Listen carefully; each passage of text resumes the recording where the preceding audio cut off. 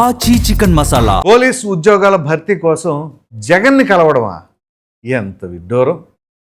వివరాల్లోకి వెళ్తే ఇది షాకింగ్ అనే చెప్పుకోవాలి. ఎందుకంటే జగన్మోహన్ రెడ్డి గారు అధికారంలో ఉండగా ఎన్ని నోటిఫికేషన్లు వేశారు, ఏ శాఖకు సంబంధించి వేశారు, ఎన్ని రిక్రూట్మెంట్లు జరిగినాయండి. అటువంటి జగన్మోహన్ రెడ్డి గారి దగ్గరికి కొంతమంది యువకులు వెళ్ళారు. దేని గురించి? పోలీసు ఉద్యోగాల భర్తీ కోసం. సాధారణంగా ఎవరైనా సరే ఎవరిని కలవాలండి? ప్రభుత్వం దగ్గరికి వెళ్ళాలి, ప్రభుత్వాన్ని విన్నవించుకోవాలి. అప్పుడు ప్రభుత్వం ఏమీ స్పందించకపోతే అప్పుడు ఖచ్చితంగా ప్రతిపక్ష నాయకుడి దగ్గరికి వెళ్ళొచ్చు. ఇప్పుడు జగన్మోహన్ రెడ్డి గారి దగ్గరికి వెళ్ళడం తప్పని నేను అనట్లా, కానీ ట్రాక్ రికార్డ్ చెక్ చేసుకోవాలి కదా. జగన్మోహన్ రెడ్డి గారు అధికారంలో ఉండగా ఎన్ని ఉద్యోగాలను భర్తీ చేశారు, ఆ ఉద్యోగులకు ఇచ్చిన హామీలను ఎంతవరకు నిలబెట్టుకున్నారు, అసలు అంతెందుకు సిపిఎస్ రద్దు చేయాలి అనే డిమాండ్ వాళ్ళ దగ్గర నుంచి వచ్చింది. జగన్మోహన్ రెడ్డి గారు ఇచ్చిన హామీ ఏంటండి? మనం రాగానే వారం రోజులే, అబ్బాయి అసలు పెద్ద విషయం కాదు, వారం రోజుల్లో సిపిఎస్ రద్దు అన్నారు. చూశారు కదా 5 ఏళ్ళు ఏం జరిగిందో.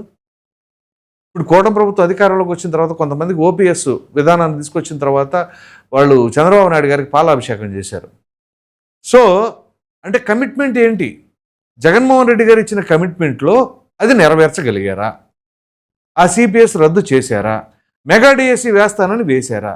మరి అటువంటప్పుడు ఎలా వెళ్ళారు జగన్మోహన్ రెడ్డి గారి దగ్గరికి ఉద్యోగాల భర్తీ కోసమని? అది పోలీసు శాఖ ఉద్యోగులు. ప్లస్ ఇంకొకటి మీకు గుర్తుందో లేదో, స్పెషల్ పోలీస్ అధికారులని తీసుకున్నారు జగన్మోహన్ రెడ్డి గారు అధికారంలో ఉండండి. అది కూడా కాంట్రాక్ట్ బేసిస్సే, అవుట్ సోర్సింగ్ అనో ఏదో తీసుకున్నారు. వాళ్ళ విధులు ఏంటి అంటే ఏపీ, అలాగే ఏపీ బార్డర్ ఉంటుంది కదా, బార్డర్లో వాళ్ళు వాహనాల తనిఖీలు అనమాట. దేని గురించి? అప్పుడు తీసుకొచ్చారు కదా ఎందుకు పనికిరాని నాసిరకం మద్యాన్ని. సో ఇక్కడ మద్యం ప్రియులు ఏం చేస్తారు, మద్యం సేవించలేక ఇక తప్పనిసరి పరిస్థితుల్లో సేవిస్తారు, ఏదైనా అవకాశం ఉంటే పొరుగు రాష్ట్రాల నుంచి తెచ్చుకోవాలి అని చెప్పేసి వాళ్ళు ఏవో వ్యూహాలు పడుతూ ఉండేవాళ్ళు. ఆ వ్యూహాలను ఛేదించడం, ఆ మద్యం బార్డర్ను పట్టుకోవడం వీళ్ళ టాస్క్. ఈ స్పెషల్ పోలీసులకు సంబంధించి ఆ స్పెషల్ పోలీసులు 2023 ఆగస్టుతో వాళ్ళ విధులు అయిపోయినాయి, వాళ్ళ డ్యూటీ క్లోజ్. ఇక అదే సమయంలో అర్ధాంతరంగా వాళ్ళని అప్పటికప్పుడు మీరు ఆపేసి ఆయండి అని చెప్పేసి అంటే నాకు పెట్టారు మెసేజ్ చాలామంది, సార్ ఇది మా పరిస్థితి, మమ్మల్ని నడి రోడ్డు మీద వదిలేశారండి అని చెప్పేసి. మరి వాళ్ళ భవిష్యత్తు ఏంటి? అంటే పోలీసుల పట్ల చిత్తశుద్ధి ఏ రకంగా ఉంది? అఫ్కోర్స్ పోలీస్ శాఖలో చాలామంది జగన్మోహన్ రెడ్డి గారికి బ్రహ్మాండంగా పనిచేస్తూ ఉన్నారు అని చెప్పేసి ఆరోపణ కూడా ఉంది. అంతెందుకు ఐపీఎస్ అధికారులు సైతం, ఐఏఎస్ అధికారులు సైతం జగన్మోహన్ రెడ్డి గారే సర్వస్వం అనే తరహాలో ఉన్నాయి అని చెప్పేసి చెబుతూ ఉన్నారు. సరే, అవి అలా ఉంచితే మరొక కీలకమైన అంశం, ఇప్పుడు ఈ పోలీసు ఉద్యోగాల భర్తీ కోసం వెళ్ళారు. ప్లస్ వీళ్ళు అడుగుతున్నది ఏంటో తెలుసా?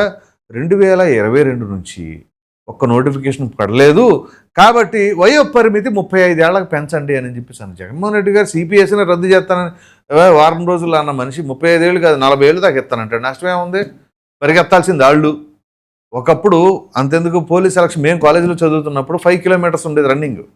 ఇప్పుడు అది తీసేశారు, 1600 మీటర్స్ రన్నింగ్ పెట్టారు. అంటే స్టామినా అంత అవసరం లేదనే దాని ఉద్దేశం. ఇప్పుడు వచ్చే పోలీసులకి అంతంత స్టామినా అవసరం లేదు. దానికి తగ్గట్టుగా అప్పుడు ఇంకా వయో పరిమితి ఎంత లేదు, ఇప్పుడు వయో పరిమితి 35 ఏళ్ళు పెంచితే ఏం పరిగెత్తారండి? గతంలో లాగానే 5 కిలోమీటర్స్ పెట్టి అదే ఏజ్ లిమిట్ పెట్టాలి. పోలీసులు అంటే ఎట్లా ఉండాలా? కంపల్సరీగా ఫిట్నెస్ ఉండాలి, రన్నింగ్ క్యాపబిలిటీ ఉండాలి, ఎక్కడికైనా దూసుకుపోయే తత్వం ఉండాలి, గోడలు ఉంటే గోడలనే దూకేయగలగాలి. అక్కడ కూడా మీరు మాకు వయో పరిమితి పెంచండి అంటే 35 ఏళ్ళు వచ్చిన తర్వాత ఏం చేస్తారు? పరిగెత్తుతారా? గోడలు దూకుతారా? ఏం చేస్తారు? దొంగలు ఎలా పట్టుకుంటారు? నేరస్తులను ఎలా అరికట్టగలుగుతారు? ఇది వాళ్ళ డిమాండ్ అయితే ఇది. అయితే ఇప్పుడు ఎట్లా ఉంటుంది అంటే జగన్మోహన్ రెడ్డి గారు నిజంగా అధికారంలో ఉండగా ప్రతి సంవత్సరం ఏదో జాబ్ క్యాలెండర్ అన్నారు, దానికి తగినట్టుగా ఆయా శాఖలకు సంబంధించి ఉద్యోగాలని విడుదల చేయడం చేస్తుంటే ఖచ్చితంగా వీళ్ళు అడగొచ్చు, అయ్యా మీరు ఉండగా బ్రహ్మాండంగా ఉద్యోగాలను భర్తీ చేశారు, ఈ కూటమి ప్రభుత్వం వచ్చిన తర్వాత ఉద్యోగాలను ఎక్కడ భర్తీ చేయట్లేదు అని చెప్పేసి ప్రశ్నించవచ్చు. కానీ పోయి జగన్మోహన్ రెడ్డి గారిని అడుగుతున్నారు చూసారా, అది చాలా విచిత్రంగా ఉంది. ఎందుకు ఏమిటి అంటే ఇక తెలియదు. సర్లే, ఇందులో కూడా ఏమైనా రాజకీయ ఇనుమడింపు ఉందా లేదా అది వేరే విషయాలు. కానీ కూటమి ప్రభుత్వం కూడా ఏ రకంగా ఉద్యోగాలు భర్తీ చేస్తుంది అనేది కూడా తీసుకోవాలి. అంతెందుకు జగన్మోహన్ రెడ్డి గారు అధికారంలో ఉండగా విడుదల చేసిన నోటిఫికేషన్ కానిస్టేబుల్ భర్తీకి ఎప్పుడు జరిగిందండి అది భర్తీ? కూటమి ప్రభుత్వం వచ్చిన తర్వాత కాదా? ఆ కూటమి ప్రభుత్వం ఎప్పుడు ఇచ్చింది వాళ్ళకి అది అపాయింట్మెంట్ లెటర్స్? కూటమి ప్రభుత్వం వచ్చిన తర్వాత ఇచ్చింది. వాళ్ళ సమక్షంలోనే కదా వాళ్ళ తల్లిదండ్రులు వాళ్ళందరూ కూడా ఆనందాన్ని వ్యక్తపరిచారు. సో ఏ బేసిస్లో జగన్మోహన్ రెడ్డి గారు నోటిఫికేషన్స్ వేస్తారు అనే నమ్మకం వాళ్ళకి కలిగిందో, మరి వాళ్ళు పక్కా వైసీపీ అనే విధానంలో మా జగన్మోహన్ రెడ్డి గారిని కలవచ్చు, ఒక వినతి పత్రం ఇవ్వచ్చు అనే ఉద్దేశంతో ఉన్నారు. కానీ ఇది మాత్రం చాలా షాకింగ్ విషయమే. సో ఇంకా డిఎస్సి అభ్యర్థులు కూడా వెళ్ళి అన్న మీరు మళ్ళీ మెగా డిఎస్సి వేస్తామని చెప్పేసి ఒక నోటిఫికేషన్ విడుదల చేస్తాం అధికారంలోకి వచ్చిన తర్వాత అని చెప్పేసి వెళ్ళి అడగండి. వాళ్ళు కూడా ఇంకా చేసేది ఏముంది? ఇప్పుడు నెక్స్ట్ మళ్ళీ డిఎస్సి పడబోతుంది ఇప్పుడు కూటమి ప్రభుత్వంలో. ఇప్పుడు 2 ఏళ్ళ 3 నెలల సమయం అయ్యిందో లేదో రేపు రెండో డిఎస్సి పడబోతా ఉంది. మరి ఇక ఉద్యోగాలు పడుతున్నాయంటారా లేదంటారా? అఫ్కోర్స్ కానిస్టేబుల్ భర్తీకి సంబంధించి 20,000 పోస్టులు ఉన్నాయంటున్నారు. మరి దానికి ఏమైనా నోటిఫికేషన్ కూడా ప్రభుత్వం ఏమైనా విడుదల చేస్తుందేమో చూడాలి. అది ఇప్పుడు ఇక్కడ ఏంటి అంటే జగన్మోహన్ రెడ్డి గారు ఇచ్చే ప్రయారిటీ ఏంటి? ఉద్యోగాలకు ఇస్తారా, ఉద్యోగులకు ఇస్తారా, నిరుద్యోగ యువతకి ఇస్తారా, లేదా సంక్షేమ పథకాలకు ఇస్తారా? మొన్న 5 ఏళ్ల పరిపాలన చూసినప్పుడు ఆయన first priority, second priority, last priority, అన్ని ప్రయారిటీలు ఒకటే. అదేంటి అంటే వెల్ఫేర్ స్కీమ్స్, బటన్ నొక్కుడు కార్యక్రమం.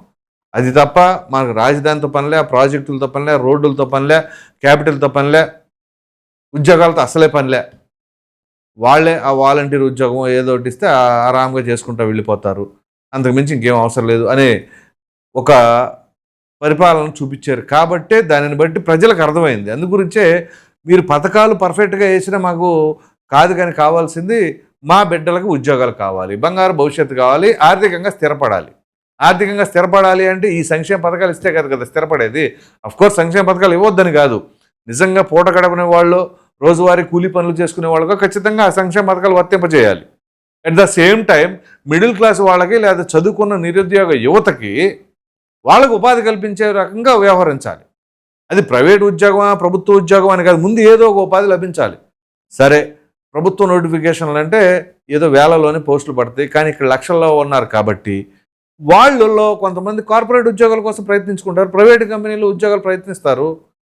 ఎప్పుడు ప్రయత్నిస్తారు? ఇక్కడ కంపెనీలు వస్తే కదా. మనకేమో కంపెనీలు ఏదైనా ఉన్నాయంటేనే దానివల్ల పొల్యూషన్ వచ్చేస్తుంది, అది ఇది.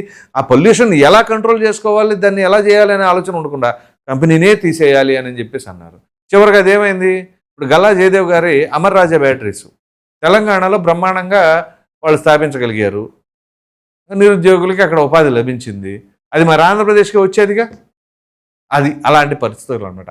అటువంటి వారు మరి నిరుద్యోగులకి మంచి మంచి ఉపాధి లభించేలాగా నోటిఫికేషన్లు వేస్తారు అని వాళ్ళు ఎలా నమ్ముతున్నారో ఏంటి అనేది అంటే అది దానికి సంబంధించి వాళ్ళు పరిశీలించుకుంటారు అనుకోండి. అయితే అసలు ముందు జగన్మోహన్ రెడ్డి గారి దగ్గరికి వెళ్ళారు. అయితే వాళ్ళ కోరిక ఏంటి అంటే ఈయన అధికారంలోకి వచ్చిన తర్వాత వేస్తానని. ఇప్పుడు మన దగ్గర అధికారం లేదు, ఏం చేస్తాం? ఇప్పుడు ఉదాహరణకి ఎవరైనా సరే బాధితులు, ఏం బాధితులు?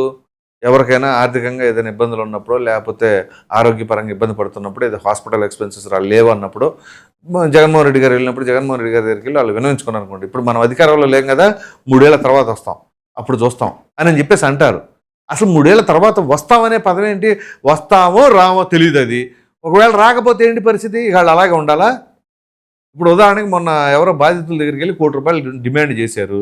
ఒకవేళ ప్రభుత్వం కనుక ఇప్పుడు ఈగిపోతే నేను రేపు అధికారంలోకి వచ్చినాక ఇస్తానంటున్నారు. రేపు అధికారంలోకి వచ్చేది ఇప్పుడు 29 అవుద్దో, 34 అవుద్దో, 39 అవుద్దో, అప్పుడు దాకా వాళ్ళు ఎదురు చూస్తారనే.